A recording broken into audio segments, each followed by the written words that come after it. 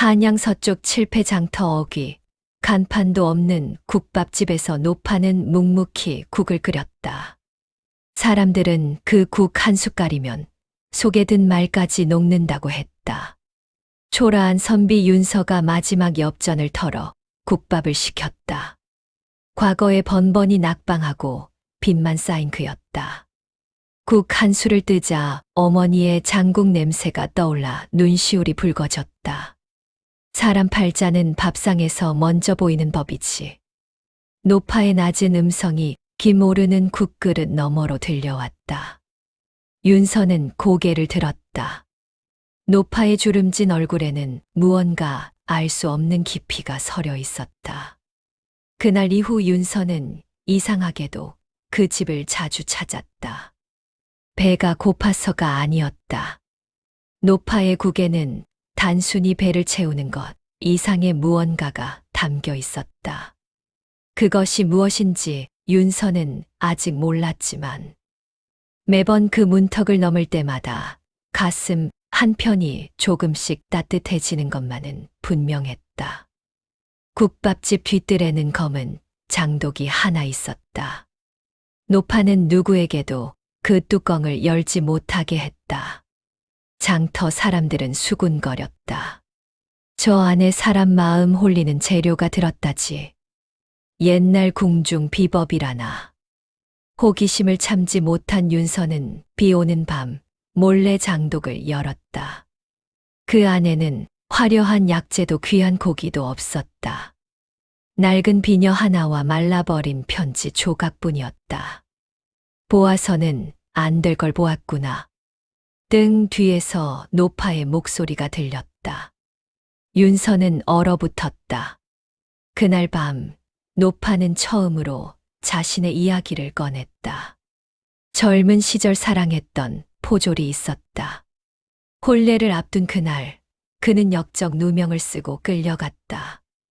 노파는 그를 기다리며 국을 끓이기 시작했다. 처음엔 돌아올 거라 믿었지.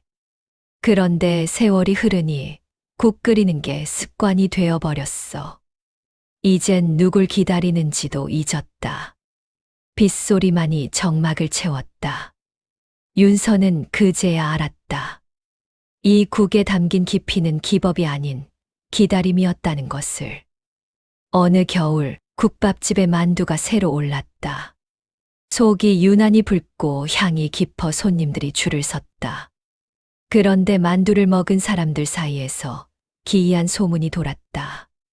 저 만두를 먹으면 잊었던 사람 얼굴이 떠오른다더라. 장터의 싸움꾼은 죽은 어미를 보았다 했고 장사치 김서방은 도망간 아내의 꿈을 꾸었다 했다. 윤서도 만두 한 점을 베어 물었다. 순간 과거 시험장에서 자신을 밀쳐냈던 양반의 얼굴이 선명히 떠올랐다. 그 모욕감, 그 분함이 혀끝에서 되살아났다. 그날 밤 윤서는 노파에게 물었다. 이 음식들 혹 사람 마음을 건드리는 게 아닙니까? 노파는 국자를 천천히 내려놓으며 대답했다. 음식이 아니라 먹는 이 마음이 스스로 끓는 게지.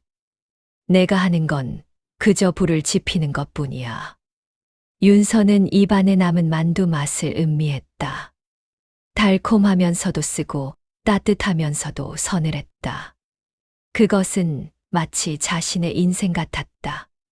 그럼 할멈은 무엇을 끓이시는 겁니까?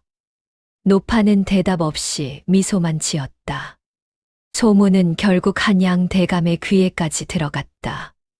대감은 노파를 불러 잔치 음식을 맡기라 명했다. 노파는 거절했으나 윤서가 끌려갈까 두려워 마지못해 연회에 나섰다. 그날 상에는 화려한 요리가 가득 올랐다. 전복, 홍합, 갖은 산의 진미가 차려졌다. 하지만 사람들 입에 가장 오래 남은 것은 소박한 국 한 그릇이었다. 대감이 물었다. 이 평범한 국이 어찌 이리 깊소? 노파가 담담히 답했다. 맛은 재료가 아니라 기다린 세월에서 납니다. 연회가 끝나고 대감은 몰래 노파를 불러 황금 주머니를 내밀었다. 그 비법을 사겠소. 값은 얼마든 치르겠소. 노파는 고개를 저었다. 이 맛은 팔 수 있는 것이 아닙니다. 다만 나눌 뿐이지요. 대감의 얼굴이 굳었다. 평생 돈으로 사지 못한 것이 없었던 그였다. 그러나 그 순간 처음으로 부끄러움이 밀려왔다. 윤서는 멀찍이 서서 그 광경을 지켜보았다. 노파의 등은 여전히 굽었지만 그 어떤 양반보다 꼿꼿해 보였다. 봄이 오기 전 노파는 병이 깊어졌다. 윤서는 그녀 곁을 지키며 국을 끓였다. 서툰 손놀림이었지만 노파는 고개를 끄덕였다. 이제 내 국에도 맛이 든다. 노파는 힘없는 손으로 윤서의 손을 잡았다. 레시피가 아닌 한마디를 남겼다. 배고픈 사람보다 외로운 사람에게 먼저 내주거라. 그것이 마지막 말이었다.